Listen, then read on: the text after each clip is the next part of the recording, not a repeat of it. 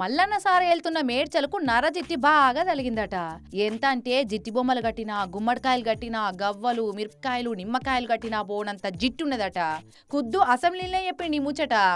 మా అన్ని మాకు దిష్టి తలిగిందా ఏం తలిగిందో మా మేడ్చల్ నియోజకవర్గానికి 61 గ్రామాలు పోయి అన్ని మున్సిపాలిటీలు అయినాయి. 13 మున్సిపాలిటీలు జిహెచ్ఎంసీలో కలపకుండా అట్లనే పెట్టాలన్నా. దయచేసి శ్రీధర్ అన్న అదొక్కటి మనవి. అదట ముచ్చట. మేడ్చల్ చుట్టూన్న పంచాయతీలన్నీ పోయి మున్సిపాలిటీలు అయినాయట. అట్లా 61 ఊర్లు మున్సిపాలిటీల కింద చేసిర్రట. దండం పెడితేనే శ్రీధర్ అన్న, దయచేసి మా మున్సిపాలిటీలను మళ్ళా జిహెచ్ఎంసీలో కలిపి ఆగం పట్టేకుర్రి, మామూలు ఇట్లా బతుకుతున్నాం బతకనీర్రి అనుకుంటా సర్కారును వేడుకోబట్టిండు. మరి అట్లా కలపకుండా ఉండాలంటే సర్కారుకి ఏమన్నా పాయిది ఉండాలి కదా.